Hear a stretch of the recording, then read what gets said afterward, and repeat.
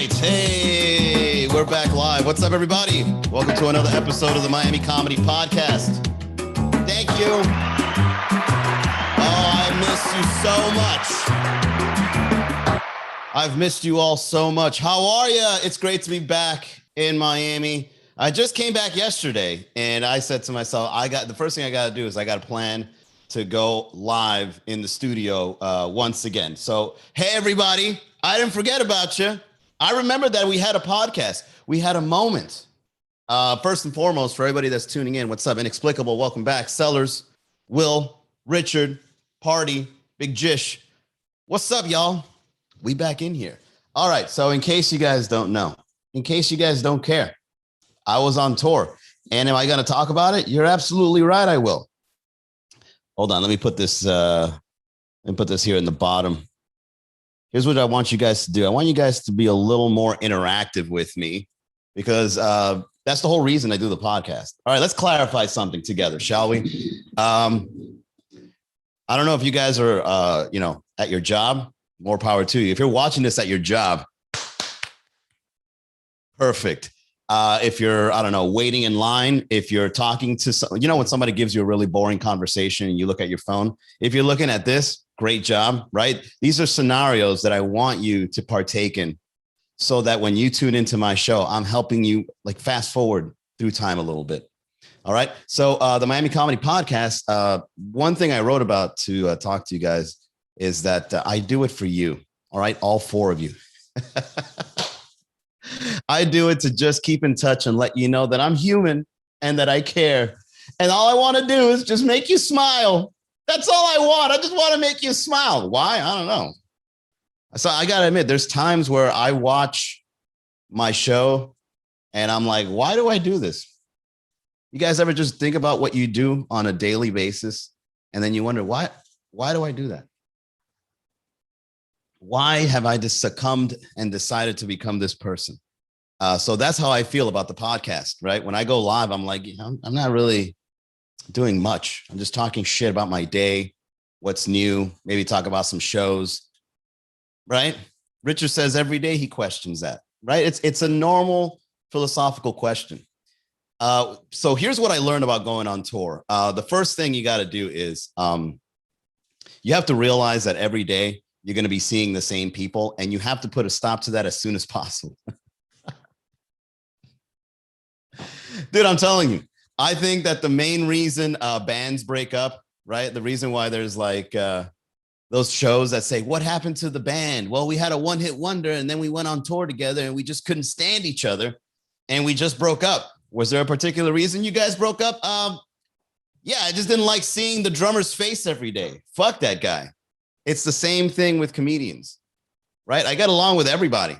You know why I was able to get along with every single comedian I was with during this tour, which, by the way, was called Hilarious Colombian Americans. Hopefully we'll hit the road again because it was a lot of fun. Shout out to everybody that was a part of it. Look them up. They're very funny people. The head guy was Oscar Collazos, then Alex Carabaño, Antonio Sanint, Pedro Gonzalez, Santi Espinosa, Carlos Gonzalez. We had an absolute blast last night at the Miami Improv. Miami never fails when it comes to Latin culture. Miami really knows how to partake and just share that moment, because when we went up there, we didn't act, Colombian-y, right? We didn't come out with the flag like a cape. We didn't kick a soccer ball on stage. We just went up there. We did our jokes and we just said, we're just so happy to be Colombian, by the way. And they go, yay, all right.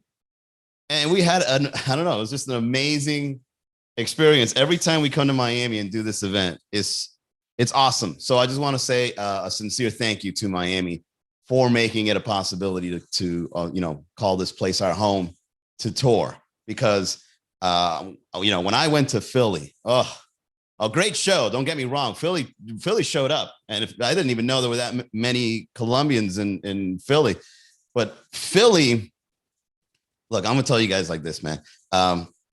You know how like there's places that you got to go through like the woods in order to reach a settlement, right? In order to reach like a village, you got to go through all the shrubs and the trees. And, in Philly, it's the same thing, but with broken down warehouses and homeless people. You just gotta fucking walk over them. No, I'm sorry, that's fucked up. But fuck it. It's a comedy show. You just gotta, like, as I'm driving through Philly, right? It's just broken down warehouses, tents everywhere. And then you're just like, what the fuck? I thought I got set up. I'm like, my Colombian friends are gonna whack me off this tour. I thought that was the last. I was like, this is my first and final destination in this tour. They're like, Manny, you know, you're great, but you're a little too good. So we're gonna have to whack you, make it look like an accident, and get you off the tour. Can't you just say I'm out? We don't do things like that as Colombians.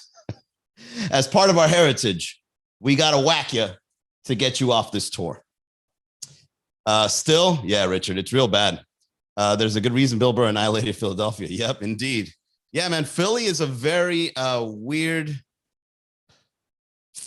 Dude, I just don't know how to explain it, because when I got to the area in Philly that was actually populated, it was nice. There was restaurants, there was a big theater, and like there's a road. I think the roads are shared by both cars and trains at the same time.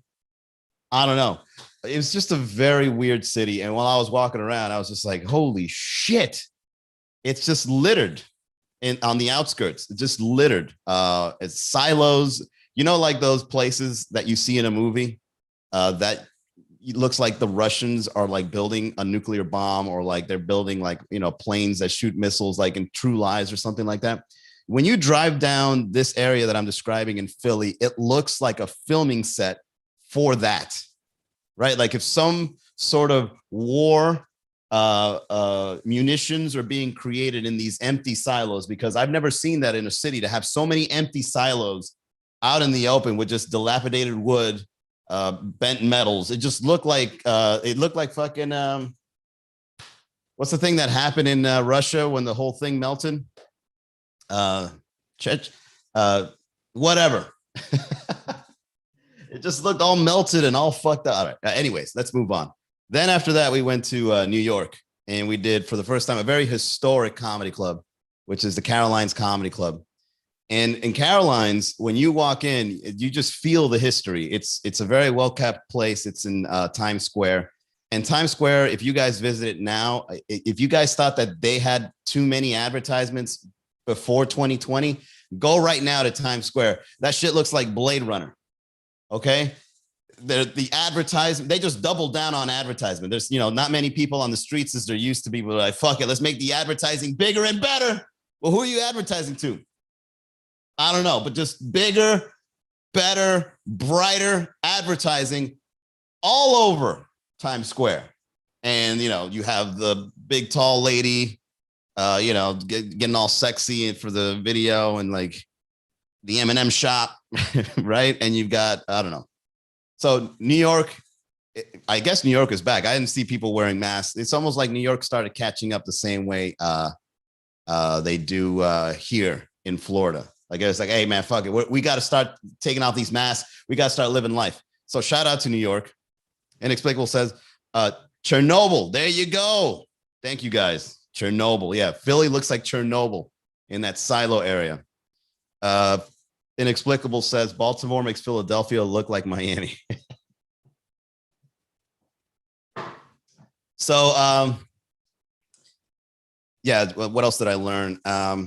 Naples is sad.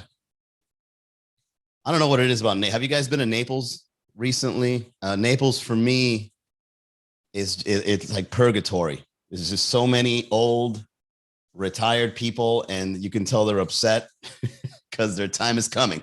I don't know what it is, but Naples has such beautiful hotels, marinas. They have like water, and like every corner there's a shuck shack, right? And seafood everywhere. A lot of shopping plazas.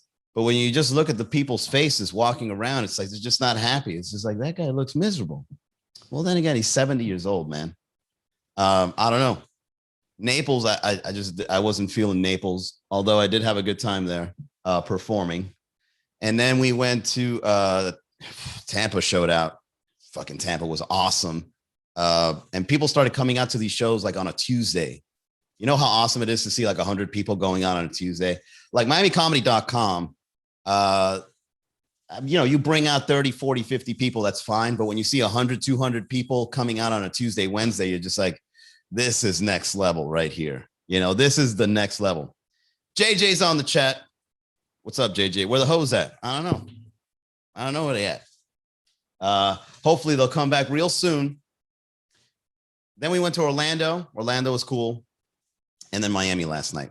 And I just got to say, when you go on tour with people, get your own room. Get your own room, because the reason why I was able to get along with every single person, let alone comedians, during this tour, simply was because I got my own room. And I'm going to tell you guys something. I wasn't anywhere near being the main person of this tour. What's up, Trash D? Faye? Oh, Faye, what's up? I'm a fan. DM me, girl. Cosplaying is my teenage fantasy, and I'm 36 and I still want to relive it. Miss those days.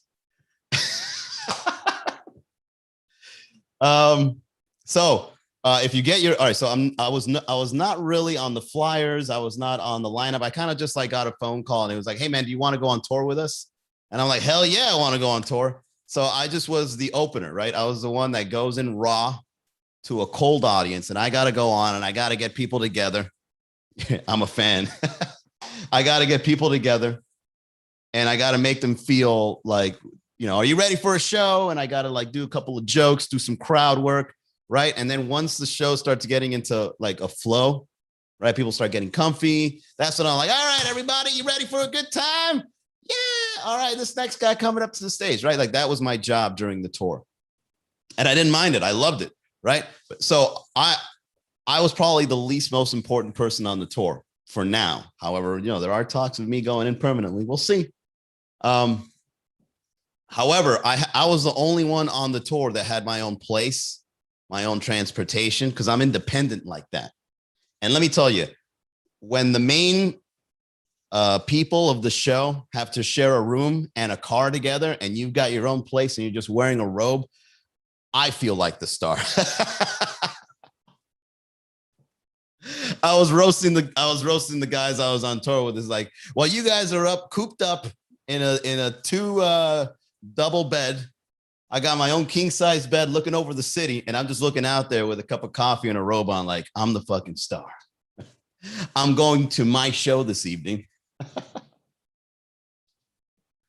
So that's one thing I learned about going on tour.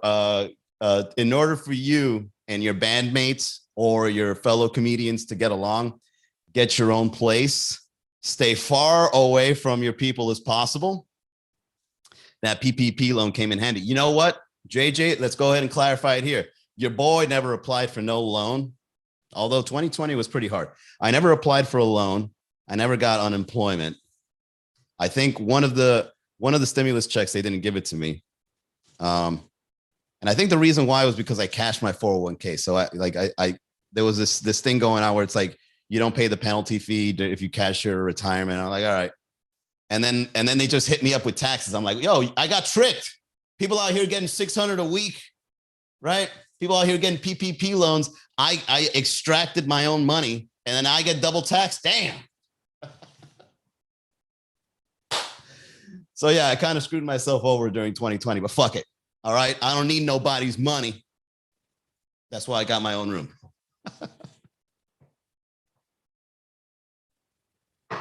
So another thing I learned about going on tour, guys, when you're busy, like every day, laundry becomes a problem. You go out, you got a bunch of clothes, and you got to change, right? You can't go up on, especially when people are taking photos of you and recording videos, you can't wear the same shit, right? Because you're wearing the same thing in New York the same way you looked in Philly, right? That's not going to look good on the gram. People like JJ are going to show up at the bottom. He's like, are those the same jeans? Right? Roasting you. I already know my comedy friends. So laundry becomes a problem to the point. And if you guys look closely, I never knew this, but in the closet of a hotel, they have plastic bags, right? And those plastic bags are specifically for laundry. I didn't know that. Right? I thought those plastic bags were like if you have to whack somebody, you put it over their head. I can't stand this fucking guy. There you go. So I started putting my dirty clothes into this, and I didn't see any washer dryer in the hotels. And even if there were some, I wouldn't have time because, I'm always either writing, or I got to go see somebody or have a meeting or whatever, or of course perform. So like I would walk in with just, a laptop bag and a clothes bag, but then I would have like this big ass sack, like 3 or 4 of them from all the other hotel rooms. I'm just walking around like Santa Claus with laundry, right? And I just put it in my trunk. Dude, I swear, like if you pop my trunk, like on the 4th date of my tour, it looks like I have like a body on the plastic bags in the back. Like I just dismembered a body and just put it all in the trunk. So another thing I learned is hotel. The gyms are the shit. The absolute shit. Very underrated. Tell us about the ladies. Fuck the laundry. All right. So last night, if you guys want, if JJ wants to know about the ladies, last night was the best night to get the ladies. JJ, you should have been there, man. You would have been a great wingman. Last night there was a lot of beautiful Miami Latinas coming out to the show, and they were very nice ladies. And there's nothing that turns me on more than a woman that is attractive and confident in approaching you. That is so rare that when it happens, and it's been happening a lot more recently, not to brag, but like I've been coming across girls that will like immediately tell you, like, give me your number. I was like, shit, you're asking me for my number, right? That's hot, So last night, me and the boys were really enjoying that kind of attention. However, we went to the Martini Bar right after at the Miami Improv on the first floor. And, that whole life of partying and reggaeton and just blacking out, I don't know. I'm getting older. And I do that every once in a while. Like I was like, fuck it, let's go to the clubs. Let's go dance. Let's go talk to strangers. But you know what ends up happening when you drink a lot? Then there's loud music and there's a lot of people looking sexy. Too much transient shit. Like the next day, you got to be like Sherlock Holmes and be like, yo, what the fuck happened last night, man? Who did I talk to? There was that person. I think I danced with that other person. What the fuck happened? And then you just wake up and you're like, why do people do this? Why do people just want to piece shit together the next morning after partying? It's the weirdest thing, I like knowing what happened. Had a good time nonetheless, man. Partying with Colombians is by far some of the funnest groups of people you can be with. Oh, Colombians really know how to party, man. Shout out to hilarious Colombian Americans. Yeah, that was me turning the lights at the show. Turning on the lights at the show when you're trying to tell a story without snitching. All right. So another thing I learned is that the hotel gyms are a lot of fun because there's no one there. That's the shit. Okay. I think that's the biggest perk for me now. Whenever I go find a hotel is I want to see your gym. All right. And if you notice, they never show a photo of the gym with anyone in it, because what they're subtly implying is like, you can use this in peace on your own. Imagine that. You go into a hotel, you wake up early, right? No one's going to use the gym because they're on vacation. They're not going to be like, oh, let me go downstairs and try to get some sets in. No, you want to go eat pizza and you want to go eat whatever's down the street. And then guys like me go in there and like, look at all this brand new equipment. I swear to God, the equipment at the hotel gyms, they're so pristine. You don't even got to worry about I don't even think they wipe it down on how clean the shit is. You know what I'm saying? And there's no lines. There's no people grunting. Okay. Yeah, right. Take how many sets you got left? 3 more sets, right? None of that. No girls walking in, all looking all curvy. Oh, isn't that the worst, fellas? When you're at the local gym and then you've got women walking in looking good at the gym. It's like I roll my eyes when a girl starts walking in looking all bodacious and curvy. It's like, oh my God, here we go. I mean, I'm trying to do my reps and then this girl just walks in looking amazing. I get upset. I get mad. I'm like, oh my God, here we go. Now she wants to do snatches in front of me, bending over. I think the real thing that you work out when you go to the gym nowadays is your focus muscles on getting your sets done without looking. You know what I mean? It's like you just finish your set, Manny. Don't look. Oh my God, she's setting up right next to me. Oh my God. Can you please work out way the fuck over there? Can you please just go over there, man? Damn, bro. Well, you got to come in here with this sexual energy.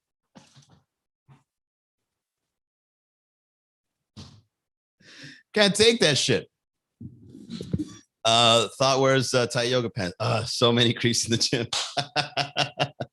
Hey, you know, whatever, man. Yeah, I just want to go into the gym in and out. In and out. What's up, Fuster? What's up, Arturo? Fresh food, water, sunlight. What's up? Welcome, guys. All right. So I'm just talking about the things that I've learned while I was on tour. I wrote a couple of things here. Very important one. And I think this doesn't just apply when you go on vacation with a group of people. I think this should apply with anybody you meet, is normalize business conversations. That's a big idea for me. Like I really am realizing that if you normalize business conversations, you're more likely to make better decisions as a group. All right. And not to get too contrived explaining this, but you've got to make it normal for you to talk about money with people, especially when you're working together. Right. I remember that when I was in corporate, when you would get a raise, HR would be like, you can't tell anyone you got a raise. I'm like, yeah, right. I get it, because I know people could be like, well, you getting paid and I'm not, but we're not in corporate. So I was just like talking to the fellas on tour. It's like, yo, how much money we make tonight? Right? Just straight up. Yo, how much money we make tonight? How many tickets did we sell? You know what you got to do? You got to go and start making merch, put it on the table, because you're leaving money on the table. Right. So having these kinds of discussions, it kind of like loosens up any sort of like weird, oh, we can't talk about these things in details. Like, no, let's talk about it in detail. And then that way we'll make better decisions. Lastly, the last thing I've learned. What's up? Hey, Sarah.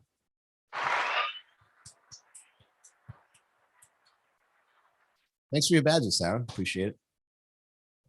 Alex, what's up, man? Welcome.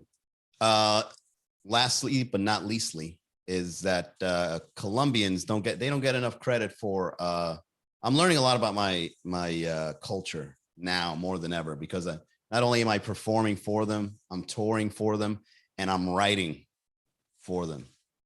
Avoid money talk, be broke forever. Bro, what? That's like probably one of the most important things that we've got to realize about ourselves, that talking about money, business, and all that should be normal, right? You should normalize that conversation.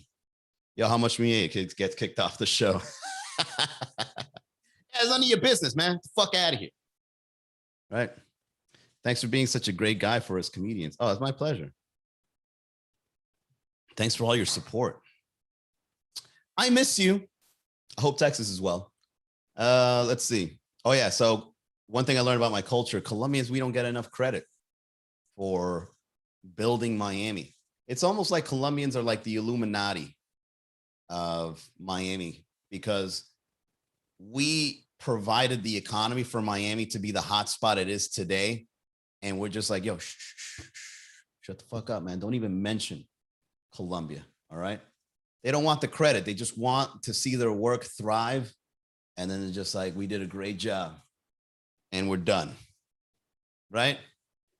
Colombians, and they don't even teach this to you in the history books, Colombians are the reason Miami is Miami today. I said it. Hey, I said it. Colombians made Miami. We were in the forests, cooking up the coke, shipping it off creatively into the ports of Miami. We brought the nightlife people, we brought the buildings, we brought the business. We started up a bunch of businesses. We got rid of people who were, you know, a little shady. And we made Miami thrive, man. I never seen somebody talk so high about cocaine. The fuck? It was Cubans who did that.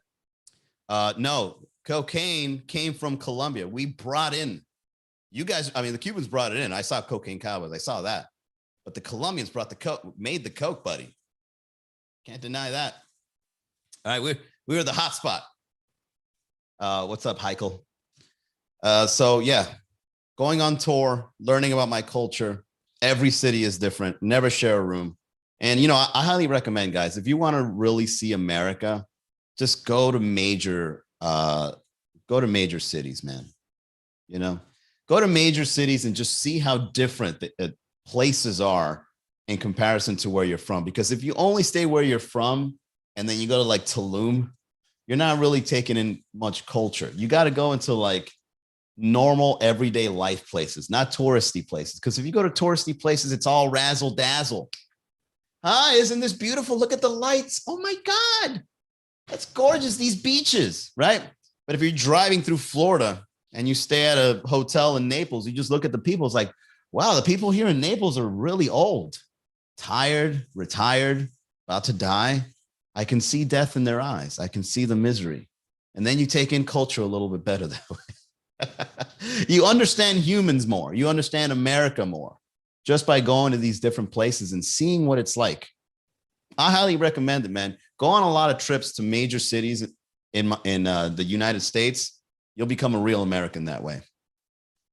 Punta Cana, dog, was actually a white bitch named Julia Tuttle who started Miami. Wow. Did you have to call her the B word too? Soon as you land, look for an 8 and you'll see America.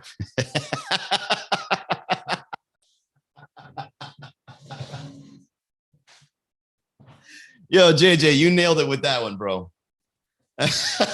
Dude, you got to use that one on stage. Hey, if you really want to understand America, wherever you go visit, go buy an 8.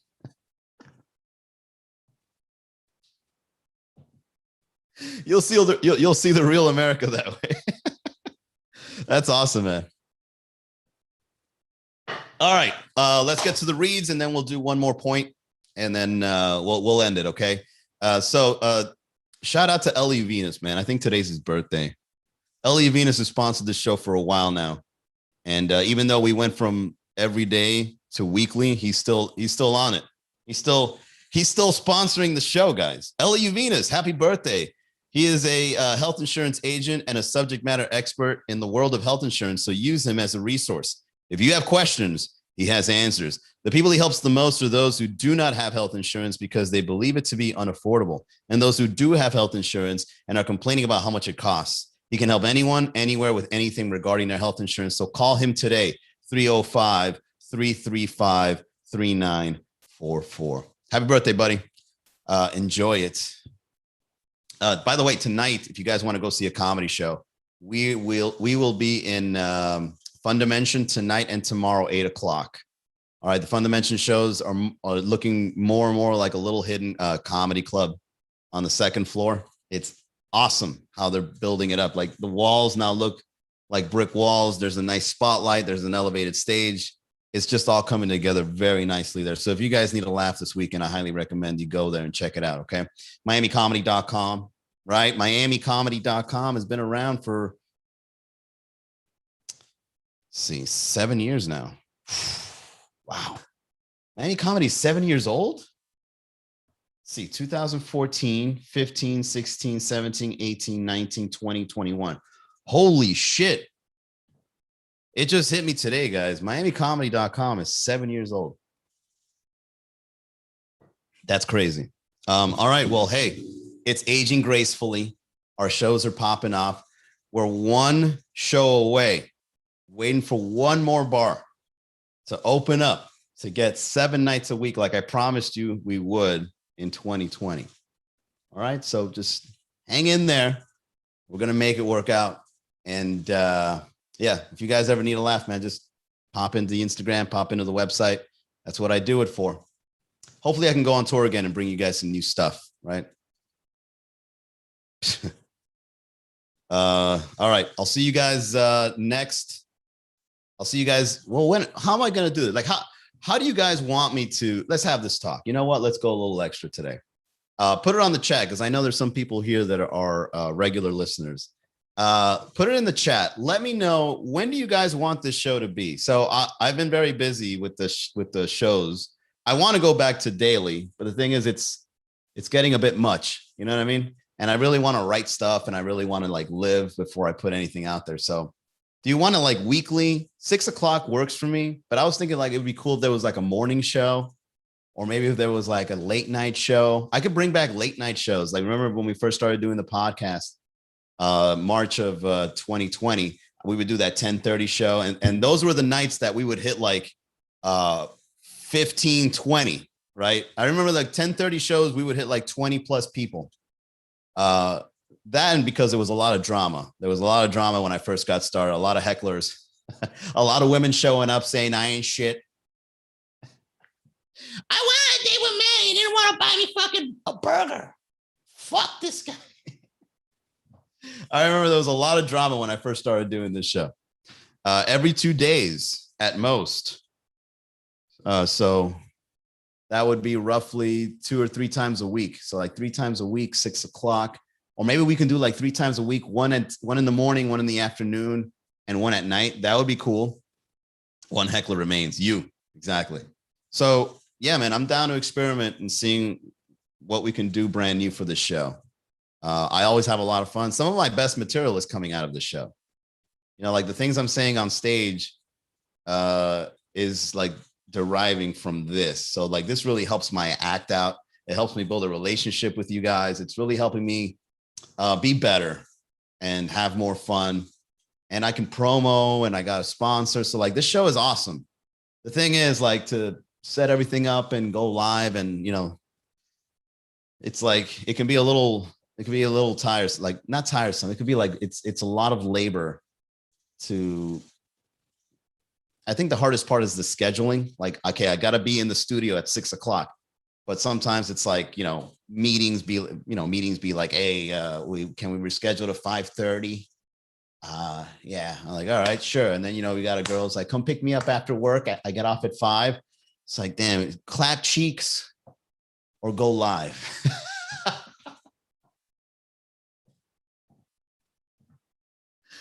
I'm not sure. What should I do? All right. So that's my dilemma when it comes to doing this show every day at 6 o'clock. Like the scheduling part is getting hard. It was easy in 2020. It was easy in 2020 because everybody was, you know, stuck inside, right? That was easy. Yeah, you know, I'm stuck inside. I got nothing better to do. I'm gonna go live at 6 o'clock, right? But now that things are like opening up and we're hitting the ground running, to plan every day at 6 it's a little more difficult. So that's where I'm at. If you can go live while clapping cheeks. Yo, Instagram doesn't play that, man.